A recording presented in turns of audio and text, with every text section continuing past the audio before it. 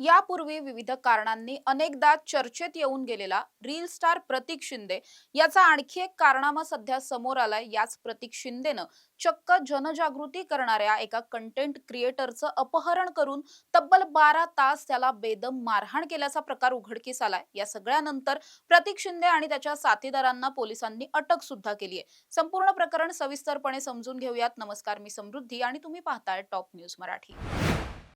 तू काय म्हणलेला? प्रतीक रिप्लाय द्यायला शिक काय म्हणलेला? रिप्लाय दिला शिक. तू काय म्हणलेला? प्रतीक रिप्लाय द्यायला शिक काय म्हणलेला? रिप्लाय दिला शिक.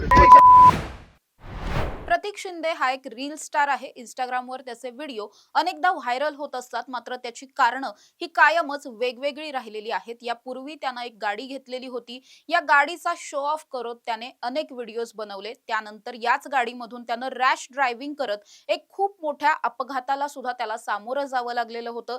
त्यानंतर त्यानं या गाडीचं जे काही नुकसान झालेलं होतं, ती गाडी पुन्हा एकदा रिपेअर करून घेतली आणि पुन्हा एकदा त्याच गाडीचे अनेक व्हिडिओ सुद्धा त्यानं बनवले। हे सगळं झाल्याच्या नंतर नुकतीच त्यानं आणखी एक नवीन गाडी घेतली आणि या गाडीच्या माध्यमातून सुद्धा त्यानं सोशल मीडियावरती अनेक व्हिडिओज बनवलेले होते। या व्हिडिओच्या माध्यमातून तो आपण कसे श्रीमंत आहोत किंवा आपण कसे सेल्फ मेड आहोत हे दाखवण्याचा तो प्रयत्न सातत्यानं करत असतो। मात्र अनेकदा यापूर्वी सुद्धा त्याच्यावरती काही गुन्हे दाखल झालेले आहेत। असं असताना स्वतःच्या श्रीमंतीचा, प्रसिद्धीचा कायमच गर्व किंवा माज दाखवणारा हा प्रतीक शिंदे रिअल लाईफ मध्ये नेमका काय आहे, कसा आहे, हेच सध्या या गुन्ह्यामधून उघडकीस येताना पाहायला मिळतंय। कारण गेल्या अनेक महिन्यांपासून चेतन देवळकर नावाचा एक कंटेंट क्रिएटर हा चीनी बेटिंग ॲप्सच्या विरोधात काही व्हिडिओज बनवत होता। असे बेटिंग ॲप्स, ज्या बेटिंग ॲप्सचं प्रमोशन्स अनेक सेलिब्रिटी करतात किंवा रील स्टार करतात, इन्फ्लुएन्सर्स करतात आणि त्याच्या माध्यमातून ते स्वतः लाखो रुपये कमवतात। जाहिरात करण्यासाठी लाखो रुपये घेतात आणि स्वतःच्या फॉलोअर्सला, स्वतःच्या मित्रांना, स्वतःला पाहणाऱ्या प्रेक्षकांना तशा पद्धतीचे ॲप्स डाउनलोड करून त्यामध्ये पैसे गुंतवण्यासाठी सांगितलं जातं। त्या सगळ्याच्या माध्यमातून सुद्धा त्यांना त्याचा काही बेनिफिट किंवा प्रॉफिट आपण म्हणू शकतो, तो सुद्धा मिळत असतो। असं असताना या बेटिंग ॲप्सच्या मध्ये अडकून अनेक तरुणांना लाखो रुपयांचं आतापर्यंत नुकसान झालेलं आहे। अनेक जण अक्षरशः कर्जाच्या ओझ्याखाली अडकलेले आहेत, असं आतापर्यंत निदर्शनास आलंय। त्यामुळे अनेक बेटिंग ॲप्सवर स्वतः महाराष्ट्र आणि भारत सरकारनं सुद्धा बंदी घातलेली आहे। असं असून सुद्धा आत्ताही अनेक असे बेटिंग ॲप आहेत, त्याचं प्रमोशन हे सर्रासपणे केलं जातं आणि अशाच बेटिंग ॲप्समध्ये तरुणांनी अडकू नये किंवा जे सेलिब्रिटी अशा पद्धतीचे बेटिंग ॲप्स प्रमोट करतात त्यांना कॉल आउट करण्यासाठी किंवा त्यांनी तसं करू नये यासाठी जनजागृती म्हणून चेतन हा रिलेट विथ चेतन नावाच्या त्याच्या एका इंस्टाग्राम अकाउंटवरून अशा पद्धतीचे व्हिडिओज बनवत होता आणि याच व्हिडिओमध्ये प्रतीक शिंदेनं सुद्धा अनेकदा अशा पद्धतीचे बेटिंग ॲप्स हे प्रमोट केलेले आहेत, हे दाखवण्याचा त्यानं प्रयत्न केलेला होता। त्याचाच राग प्रतीक शिंदेच्या डोक्यात होता।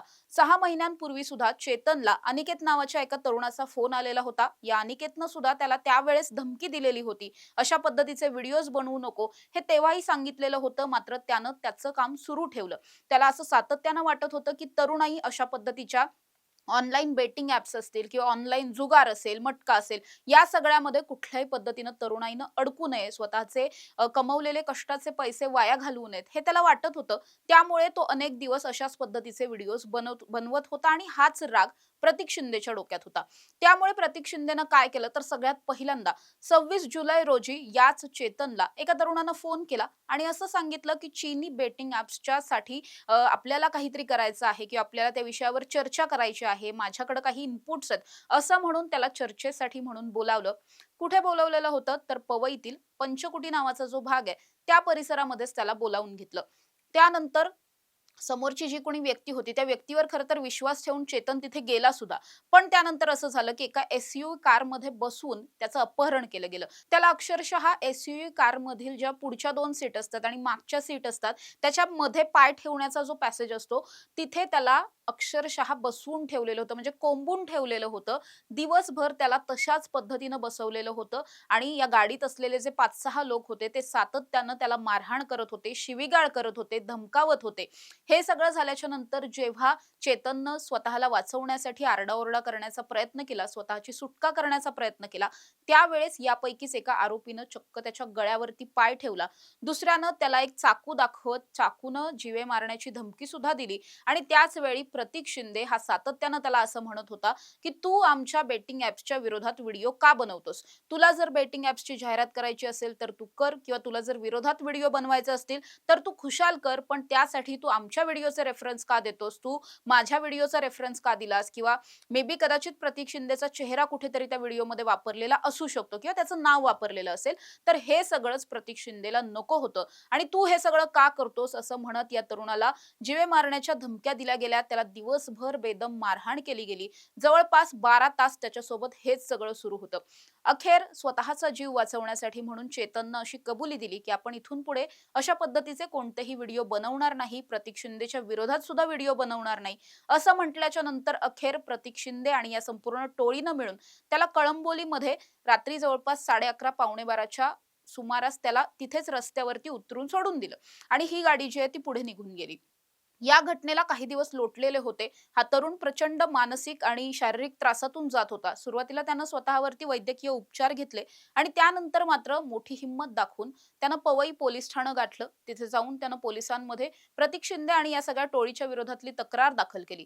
पोलिसांनी सुद्धा या घटनेचं गांभीर्य लक्षात घेऊन तातडीनं आतापर्यंत 4घांना अटक केलेली आहे. या 4घांपैकी अर्थात प्रतीक शिंदे आहेच, समीर कुचेकर नावाचा एक आरोपी सुद्धा आहे, अनिकेत नावाचा सुद्धा एक आहे, आणखी एक आरोपी आहे. या ज्या प्रकरणामध्ये 4 आरोपी आतापर्यंत अटकेत आहेत, काही फरार आहेत, त्यांचा शोधही सुरू आहे.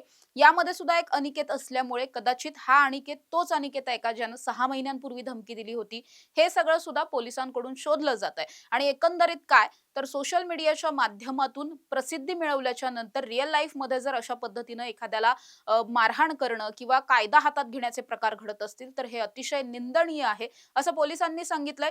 पोलीस या प्रकरणामध्ये स्ट्रिक्ट कारवाई करण्याच्या भूमिकेमध्ये आहेत. उर्वरित आरोपींना अटक केली जाणार आहे आणि या प्रकरणांमध्ये पुढे अशा घटना घडू नयेत किंवा यातून बोध घेऊन आणखी कुणी अशा पद्धतीचे गुन्हे करू नयेत. इन्फ्लुएन्सर्स हे समाजाला किंवा तरुणांना इन्फ्लुएन्स करण्यासाठी असतात, त्यामुळे तुम्ही या समाजाला चांगल्या पद्धतीने इन्फ्लुएन्स केलं पाहिजे, ना की तुम्ही गुन्हेगारी करण्यासाठी इन्फ्लुएन्स केलं पाहिजे.